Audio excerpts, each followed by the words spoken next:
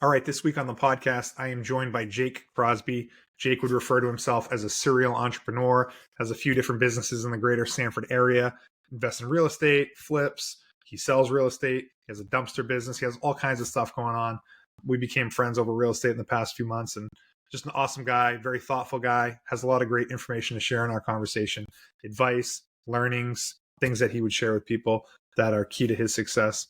And I think you'll get a lot out of this podcast if you give it a listen. This is the Randy.forcier podcast.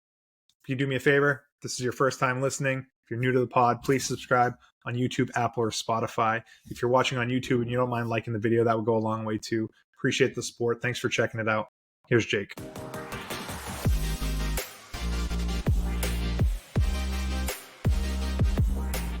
All right, I'm joined by my man, Jake Crosby, the legend. Jake, thanks for coming on the podcast, pal. Absolutely. Thanks, Randy. Appreciate it. So we met a few months back. You're a super fascinating guy. Became fast friends. Have a lot in common. You're busy with all kinds of things. I want to have you on the pod to just kind of talk about some of those things. Share some stories, advice for people, learnings you had along the way. So are you up for it? I'm up for it. Sounds great. Okay. So before we get into everything, I want a little bit of background from you. Where are you from?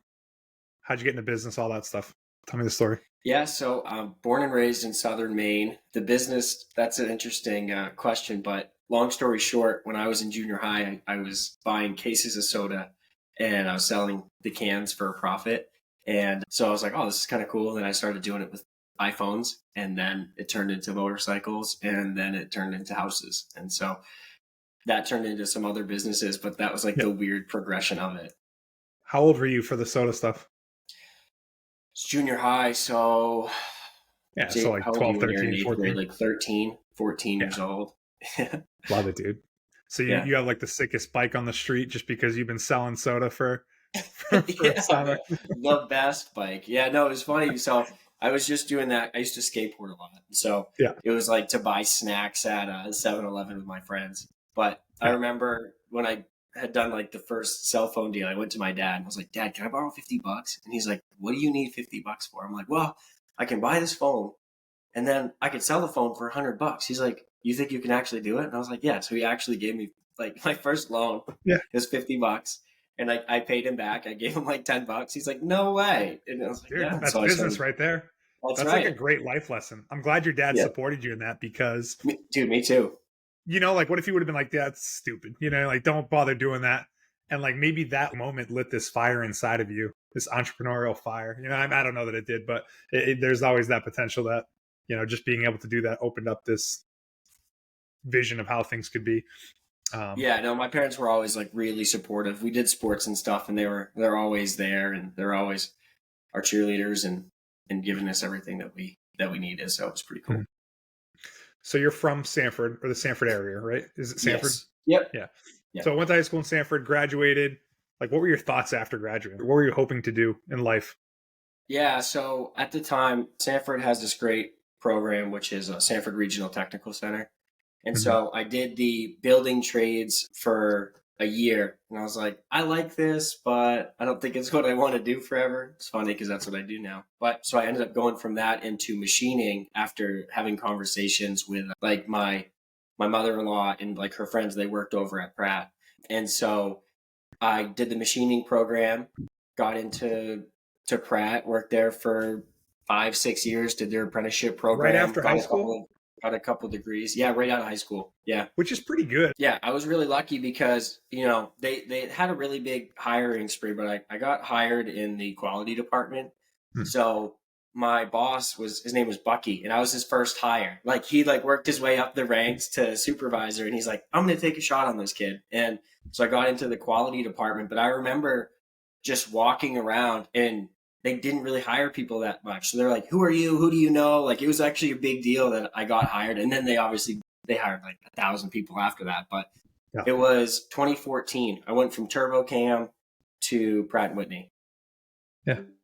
Yeah. Great place to be involved in. For 6 years and slowly started getting into like real estate while I was there. I really wanted to work my way up in the company. Mike Papp was the plant manager at the time.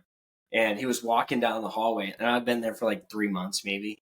And I went up to him and I was like, hey, Mr. Papp, can I talk to you for a sec? He's like, sure, walk and talk. You know, he's wicked busy. And Yeah. I was like, hey, I don't want you to take this the wrong way, but how do I get your job one day? And he was like, he literally just stopped dead in his tracks. And he's like, keep walking with me. And we just kept walking. And so I developed a lot of really great relationships there. And that got me into the apprenticeship program, which was a 4-year like commitment. So I did that, and I wanted to move up really a lot faster, but how things kind of work in corporate America is you got to put time in. And so I started doing kind of my side hustle stuff on the side, which was flipping houses. And well, I first bought a duplex and then another duplex and then a single family, and then started doing flips and more investing kind of from there.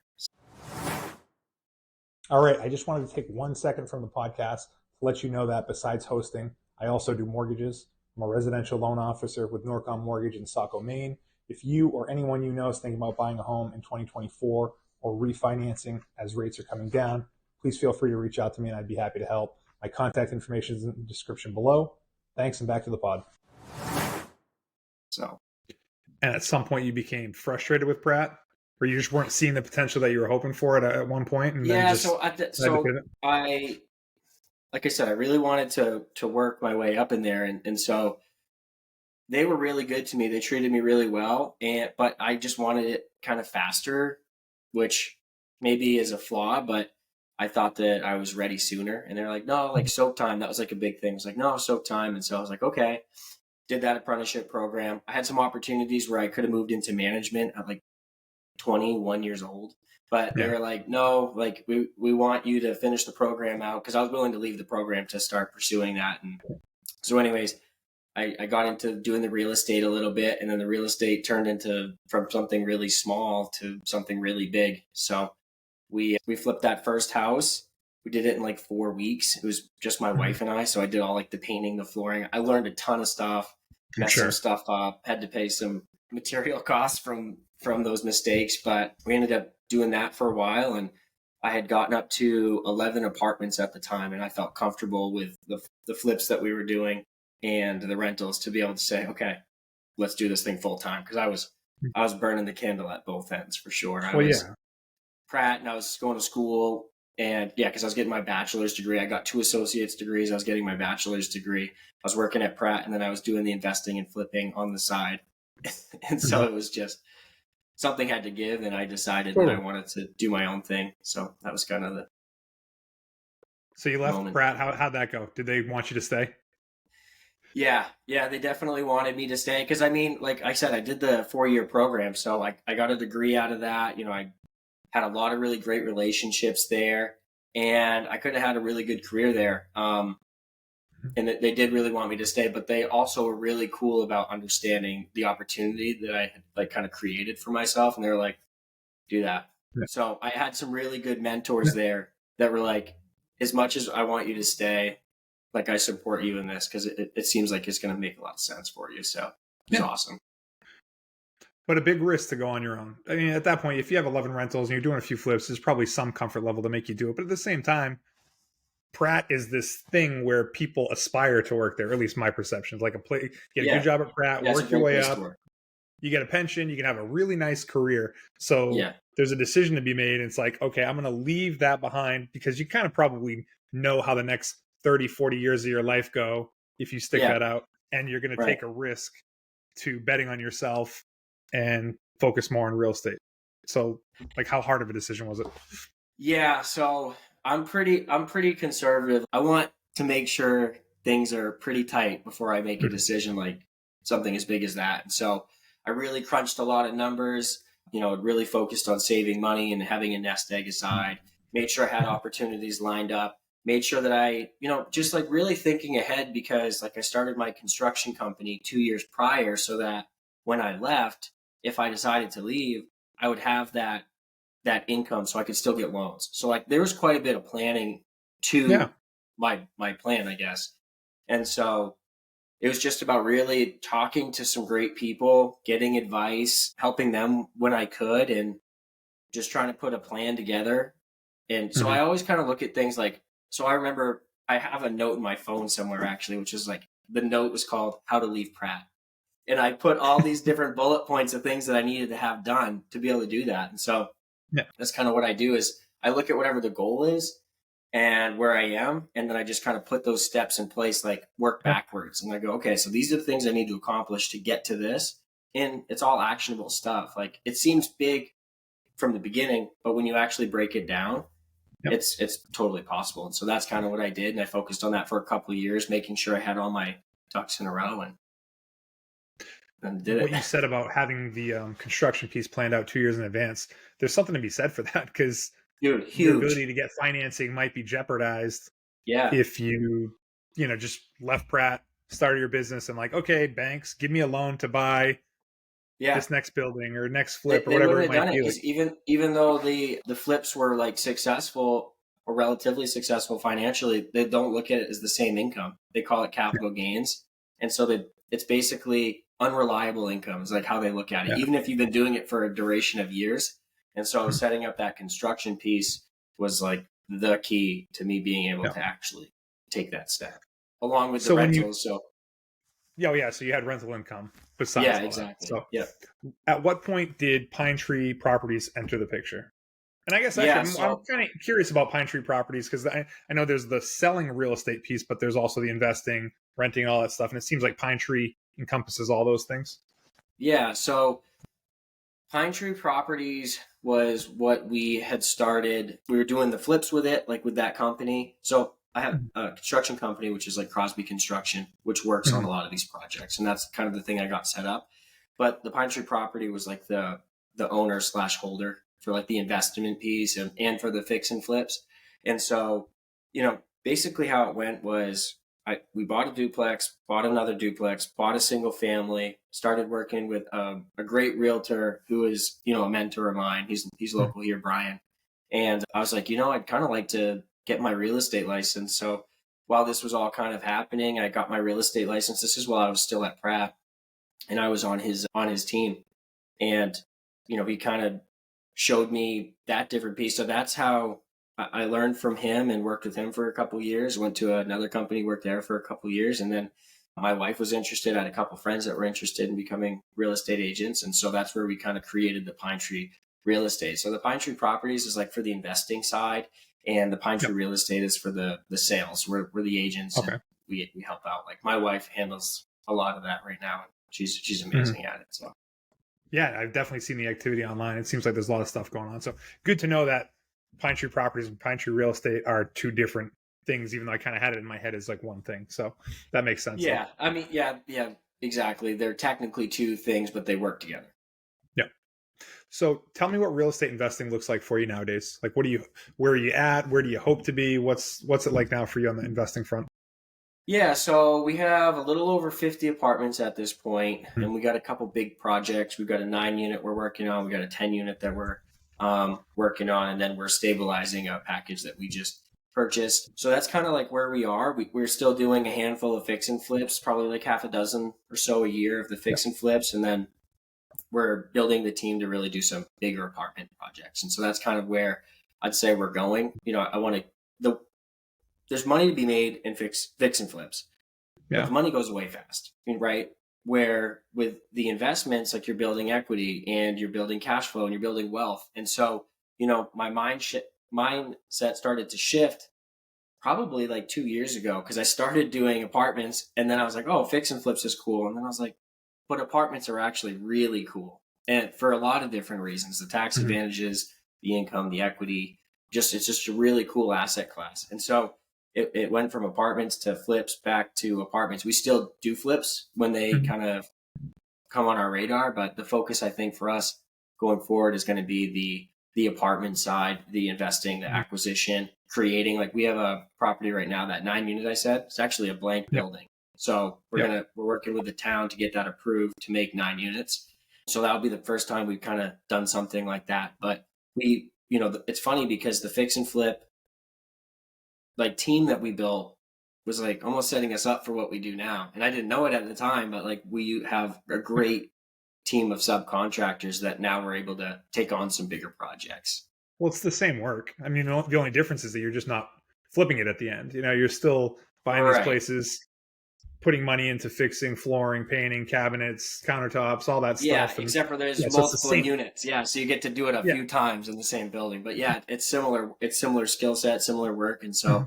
that's kind of what we've been focusing on. So I really want to focus on the investing side of it, and then we bring on investors on deals. So that's a whole other like Mhm. piece that we do. And yeah, I mean, our goal is we want to provide like the best housing that we can, have it be as affordable as possible, and create a future like for ourselves, for our team, and Mhm. just kind of the people that we work with, whether it's contractors, our investors, the banks. Like our goal is, if you think about what we do, right? There's so many people that benefit from it, like the town, the neighbors, like taxes, water, sewer, CMP, the subcontractors that work on it, us, the investors. Mhm. Like there's just Mhm. so many different pieces that benefit from improving these properties. And then not even like that doesn't even take into consideration all the families that are going to get to spend time there, and they're like quality, safe, Yeah, good apartments, that I would feel comfortable living in. So that's kind of totally. like a one of the rules I have is like I need to feel good about living here for sure.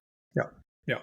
And I've seen the work that you do too. So it's, I mean, it's definitely like top quality. And I think it makes sense to do that too, because everything you just said is true. But like from a business point of view, like you're going to get better tenants that way Yes. that are Yeah. willing to pay more money and they're less likely to miss payments or destroy the place. I mean, things definitely happen. Don't get me wrong, but like it makes sense to do top quality work anyways from that Yeah, point of and view then as like well. on top of that, one thing that I've kind of always taken with me is that we have one name, right? Like Jake Crosby. Like I only get Mhm. one. That's it. So for me, I really think that like the work that we put out, that is kind of defining who you are. And so I don't want to Mhm. be someone that doesn't put out good work. I want to be proud of the things that I own and the things that I work on and the people I work with. And so like for me, the one having one name is like really important to always remember, because there's plenty of times where decisions come up and you're like, there's an easy way and there's a right way. But Mhm. the right way is pretty much always the right answer to do in the long run, even in the short run, Yeah. Yeah. making that right decision, thinking about the future. Not always easy, but I think it's important. That's good advice, man. It's good for people to hear that sort of stuff. I think that's, I don't think everyone has that same mindset in business, so Well, it's I business think is when you, hard enough, right? I mean, yeah. business is hard enough where there's just so many decisions that need to be made every day. And so, yeah, trying to make the right decision as often as possible, like, is important. If you think about Mhm. if people make good decisions often, like their life typically increases. If they make bad decisions often, their life kind of decreases. And so it's just make the best decisions that you can as often as you can, even if Mhm. they're not easy and challenging. So I think that's like been a really big lesson for me. Mhm. And I've kind of learned that from different mentors that I've had. I haven't had like mentors in the sense of like, can you be my mentor? Right. But just Yeah. building these relationships, and, they'll call me for advice. I'll call them for advice, but just kind of cultivating these relationships, that realizing how important that is, and Yeah. it's not just like an if then thing, but it's nice to have legitimate relationships that you can call in, even if it's just talking about stuff. I think it's Mhm. super cool. Absolutely. About the flip stuff, I have a couple questions about the mechanics of it. But I think a lot Sure. of times people, me included, are curious how people get these like flip opportunities Mm. or these 9 unit blank slate packet apartment building opportunities. Like, how do you get opportunities to buy these things? Yeah, so it's kind of a mix of different things, right? So when we first got started, I mean, we were buying houses for like $80,000 when we first got Mhm. started back in like 2017, 2018. Mhm. And those were like right on the MLS. That just, Listed. oh, Yeah. look, a new house got listed. Let's go look Mhm. at it, make an offer. Like we've done quite a few houses like that. Even recently we've done that. And so like that's one avenue. And honestly, because we have a decent social media presence, people will actually send us things like, hey, like this house is in bad shape in our neighborhood. You should look into it. Right. And, I've bought some stuff at auction. So it's all these different avenues. But the biggest thing is just keeping like a mind open for opportunity. Like we talked a Yeah. little bit before, like having if you buy a new car, you're going to start seeing that car everywhere, right? Yeah. So if you start thinking of like this is what I'm looking for out of life, whatever that is, like those things tend to start just like flowing to you a lot easier than you would think. Like the energy is pretty weird. I agree 100%, man. Definitely. We Yeah. have talked about that offline, but I agree with you 100%. But because you have this open mind, it sounds like you're trying new things, or Yeah. you're open to trying new things. But I would imagine that things don't always go as you plan, and there's mistakes. Are there things that you've learned along the way, or does everything just go perfect every time that you try to do something? No, yeah, it's perfect every time ever. No, it's an interesting thing because I think about this a lot. What happens is you just have to have the mindset of continuously move forward, right? So there's plenty of stuff that you're like, oh man, like fix and flips are a great example for this. You're like, all right, I'm buying this for X. I plan on putting 50,000 in. I plan on selling it for this. But then you open a wall up and you're like, no. Okay, I got a great example actually. This our most recent flip. We purchased the property.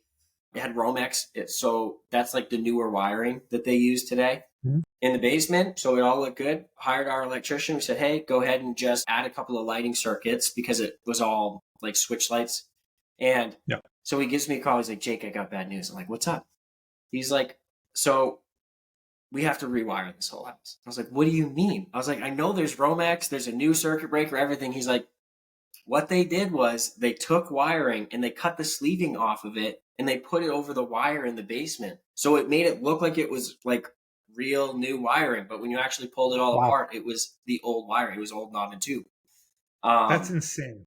That's Yeah, like no, it's actually crazy. like messed up. Like, and you think of how much time that would take. Like, that's a tremendous amount of effort instead of just doing it the right way. But anyways, so, let's call it a $2,500 bill turned into a $10,000 bill because it was a small house and it was a ranch. It was easier as far as it could be. But so, when you're getting started, that seems like detrimental.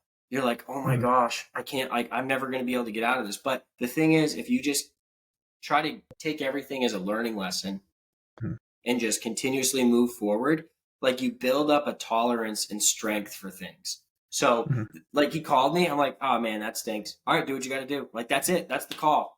Where like when I first got started, I might have really been stressed out. And so, I think it's just about keeping a positive attitude and then not taking on stuff that's too thin. I think that's really important. So like the front end work is so valuable with real estate investing. So if you think that you could sell it for, 400, maybe put 375 for that contingency for stuff to go wrong. If you think maybe the budget's 50, put 65 in just in case. And when you do that, you're really offsetting your risk. And so when those things do come up, you just go, that's okay. We got to do this the right way. So you're giving yourself the ability to make good decisions by not taking too much risk on. And so I think that's really it is, we've had plenty of stuff come up that was unforeseen, plenty of stuff that even like small stuff. We just renovated this office building and I didn't put phone plugs in to the offices. I've never done an office building before. I didn't think of that. Everything else is great. That's not a huge issue, right? Like, no, it's not a huge issue, but like, it's just one of those things that you're like, okay, that's a learning lesson and that's fine because there's wireless phone systems and there's other things, but I'm just saying there's like lessons in everything. There's learning experiences in everything that we do. And so I just try to always look at things as not, oh, I can't believe this happened to me, but what can I do next time to be more prepared for this? And so by kind of mixing those couple of things, you can get through anything. Positive attitude, use it as a learning lesson, and don't be too risky. Just be appropriately risk adverse and make good decisions. Yeah. So no, that's good advice. You started a dumpster rental company, New England Dumpster Rentals. Yeah. Why did you start that business? Yeah, I started that. Dude, it's kind of funny because pretty much all the businesses that we've started have been because of a need. Like we did Pine Tree Properties and then I wanted to start selling to kind of help with the cost. So that's where like Pine Tree Real Estate came into play. And then we started Crosby Construction so that our turnover costs and our fix and flips would be a little bit more affordable. And then I ran into dumpsters where I couldn't find a great service. Like if I needed something and I needed it, or I didn't want it to sit forever. Like, I don't know. There was an opportunity where I saw we need this. And if we need this, there's probably other people that need it. And so I bought a truck and 3 dumpsters. Another friend of mine, a different guy, Brian, he really helped me out with this process. But I didn't necessarily buy it for the reason to start a business. I Yeah. bought it to just help with our own stuff. And then people were like, oh, like, do you want to rent it to me? And I'm like, yeah, I can do that. So I got some advice from and guidance from my friend Brian, which was amazing that he was willing to help me through that process when that was the business that he was in the area that I'm in. Mhm. And that just kind of kept getting busier and busier. And we bought more and more cans. And so now we have a couple trucks, 50 dumpsters, and, we're continuously expanding and growing. We've got a couple full-time employees and they're amazing. They're awesome. And yeah, so it kind of started on accident, just like investing did and the flips did and the construction did. It's just kind of it's a accident, but I was open to opportunity. So Yeah. You mentioned like basically you were trying to solve a problem or yeah. fix a need or something like that. And I feel like that's the genesis of a lot of new businesses. And you just continue to go with it though. Like to have 50 dumpsters, that's not just something you're doing for yourself at this point. Like 50 dumpsters is a No. legitimate number of dumpsters Yeah. with Yeah. 2 trucks, and like that's a significant amount of money invested. And like this is, you think you're busy with investing and flipping and real estate and all that stuff, and it's like then you also have this fully functioning dumpster business that could, is enough for probably one person on their own anyways, and somehow you're managing it all. Yeah. Yeah. I mean, so one thing that I've done in the past, I don't know if I'm going to do it in the future, but I would learn the skill and then I would teach the Mm-hmm. skill and then I would let it go. Right. So I became a real estate agent. I taught my wife how to be a real estate agent and then let her do all the real estate agent stuff. And I think that's a really good way to do it when you're getting started. Same thing with like the dumpster business, same thing with construction. I learned a lot of stuff myself. I didn't actually teach someone. I brought someone on that had the skills, but I think it's something that is a way that people can get started in whatever thing that it is learning the thing. And then if you have something else that you want to be putting your energy into, you can teach the thing and then start working on the other stuff. So you can kind of stack, so you can skill stack and you can develop people and teams. And so that's kind of what I've done up to this point. And, going forward, now I'm more at the mindset of I don't need to learn it. I need to find someone that knows how to do it already so I can shorten my time. And so that's kind of, so if I was like, oh, I need to pour a foundation, I wouldn't learn how to pour a foundation like I would in the past. I would reach out to a foundation guy and say, hey, do you think you could pour this foundation for me? And it seems kind of silly, but it's a pretty, it's a lot more expensive, but it saves a ton of time there's a book I read, which is Who Not How. And that's basically what it's saying. Because initially you're like, how can I do this? How can I do this? How can I do this? But most of the time the answer is, who can I have help me do this? And that's was a really big learning lesson for me from doing everything myself. It's when you're doing everything yourself, it's hard to give stuff away. It's hard to start trusting people with responsibilities that were once yours, but you really have to. You have to get everything out of your mind, get it on paper, and then you can really start training people and giving them expectations and having standards. And then you can start doing more because you have the leverage of people being able to help you. Totally. That the way you explain it makes a ton of sense. That is easier said than done, though. It's so hard. It's so hard. It's so hard. Oh, it's like, oh yeah, we'll just find people to do it and leverage them and all that stuff. But like, dude, that is freaking hard, man. So it's like pat yourself on the back for getting to that point. But I think of myself, I don't want to say I'm a control freak, but I probably have some of those things, some of those tendencies where it's like I just trust myself to do everything because I want it done a certain way. But like to the degree that you can hand those things off, the better you are. So I mean, I'm sure we all struggle with that stuff. Yeah, because I still struggle with that like all the time. I catch myself struggling with it. But there's certain things to give away and there's certain things to not give away, right? And that's like, there's plenty of things I'm sure in your day to day that you're like, I really don't need to be doing this. Like I could definitely show someone to do this at least 90% as well as I am doing it.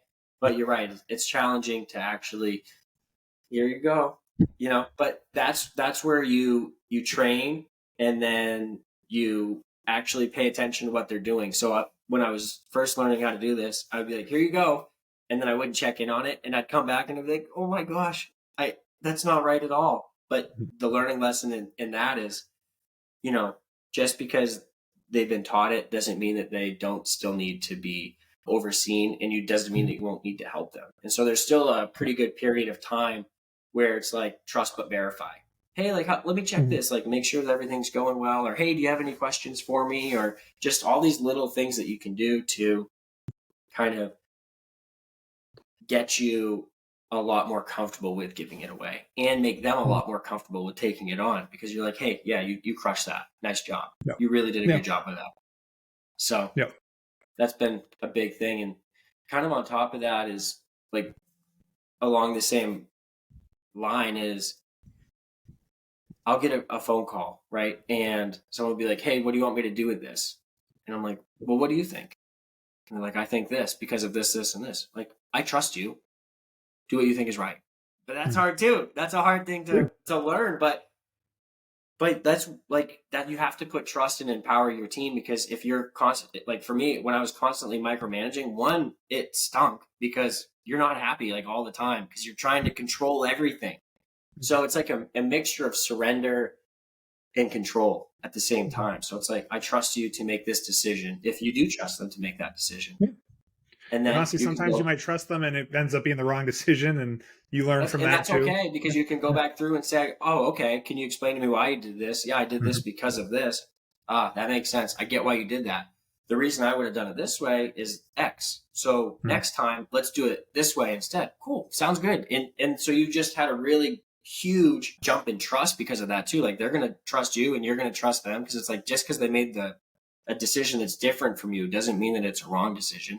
It just means that maybe it wasn't as efficient, or maybe it wasn't as aesthetic, but they still like got the job done. There's different ways to get the job done, but I don't know. I don't know anything. I'm just saying these are like little lessons that I've learned along the way, and I'm still working on them as I keep going through it. Dude, that's insightful stuff. It really is, though. Like you're able to articulate it pretty well, and I think it's good for people to hear. Which brings me to the next thing. You're going to be a keynote speaker at something next week, and I don't know how much we want to get to the details, but it does seem to me that you're a person that wants to have an impact on people in a positive way, kind of paying it back for some of the people that had a positive impact on you. What's going on, I guess, maybe on a high level next week? You're speaking at a conference. Yeah, so it's something I talked about it earlier, Sanford Regional Technical Center. So what they do is they teach young adults these trades. So I did building trades, I did machining, they have electricians, they have nursing, they have all these different great trades.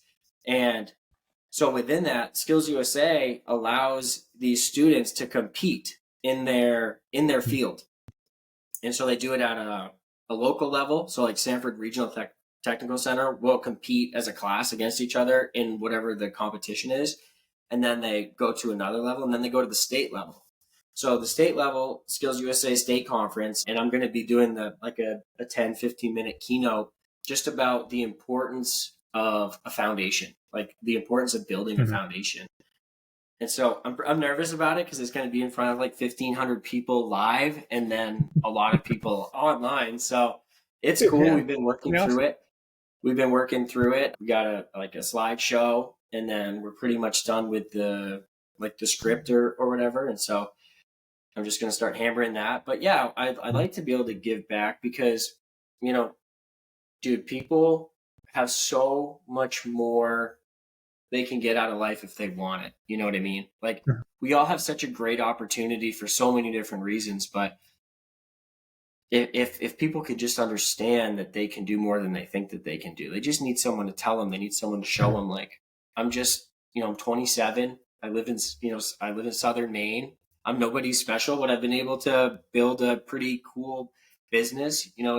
It's humbling to walk into an office building every day. I remember when it was my spare bedroom in my duplex on the second floor. And then I remember finishing my basement and that being my office. And then having like everybody come work there. And now we're in a office building on Main Street. It's just, everyone has the ability to do whatever they want in life if they just like have some discipline and really think about what it is they want. Like one thing that I'm going to talk about in that presentation and that I talk about quite a bit is like, what does success look like to you? Because that's different for all of us. Like that doesn't mean being a billionaire, right? It could be having a really awesome relationship with your wife. Like that could be success, or having an awesome relationship with your kids, or getting outside 3 days a week, whatever it is, you know what I mean? Like it can be anything, but trying to like tell people, think about what your version of success is and not anybody else's. And then you just work towards it. You say, oh, this is my goal. This is where I am. Here's the things I need to do to get there. And then you get there and you're like, dude, that wasn't that hard. And then you just can keep doing it as many times as you want. Dude, that's so basic of advice, but it's not natural for a lot of people. Like some people need to hear that, or a lot of people need to hear that, so my hope is that you are able to have an impact. I need to hear it. I have to remind myself sometimes, because our versions of success, like my version of success has changed since I started, right? Like I'm at a different level in my life and I'm like, it's not the same. And so that's really important to know, because usually we just put our head down and we just work towards a goal, and then we get to the goal and we just set another goal and we keep working towards a goal without actually thinking like, do I still want this? Is this still like the thing that I'm hoping for out of life? Like, will I look back at life and go, I'm really glad I did this? I don't know. But that's, I think, important for us to all question pretty frequently, set goals, but ask yourself, like, is this goal what I actually want? Or do I just want this goal because it's what I think I want? Or someone else had that same goal, or you saw it in a movie, or you read it in a book, or something it was like on that. social media, or XYZ. Exactly. Yeah. And that takes self-awareness and like really like self-reflection, and not many people do that. So I'm confident that you'll have some impact.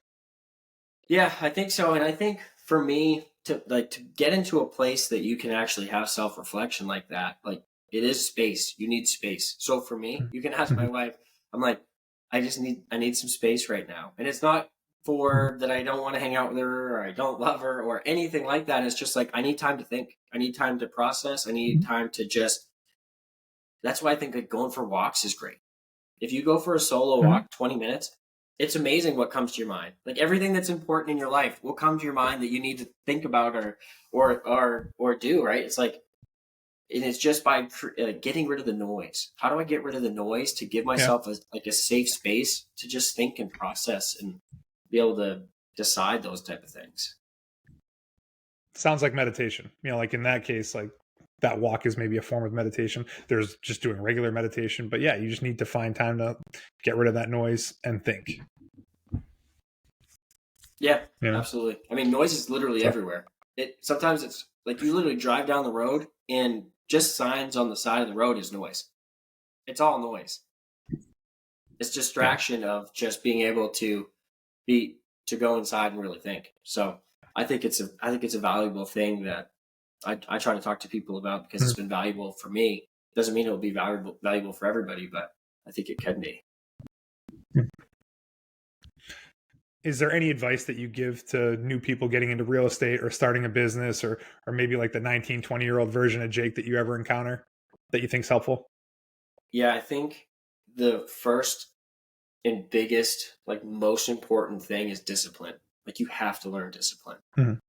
So like for me, when I talk to people that are looking to get into things, like the gym is something that I specifically say, like, if you can get this down, you can get anything down, because discipline is just doing what you know you need to do, no matter what, whether you want to, you don't want to, feel like it, you don't feel like it. It's hard. It's easy. Like you still need to do it. And so, I think I tell a lot of the young people I meet, like, start going to the gym 4 days a week. And it doesn't even have to be for any like specific goal, but go in and exercise, one, because that's going to give you a way better clarity in your mind. Like you'll just feel better, but you're setting habits of, I'm doing this even if I don't want to.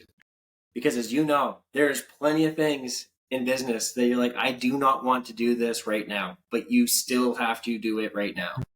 And so I think discipline, if I were to be like, if someone's like, what's one skill you have to learn? I would say you need to learn discipline. And however you do that is up to you. Man. But the gym is a good place to start. Yep. I like that. If you can do that, if you can be disciplined there, you can be disciplined anywhere, because that is hard. It's definitely hard for people. Yeah, you got eating, you've got the exercising. Those are two seemingly easy but very challenging things. How do you like tracking stuff and getting your heart pumping? Like those are very valuable, not always easy, but will train you to do things even when you don't feel like it. Well, good stuff, man. Listen, I appreciate you coming on the podcast, sharing that stuff. Like, love all the success you have. I always feel better after I talk to you. So thanks again for coming on. Dude, thanks, Randy.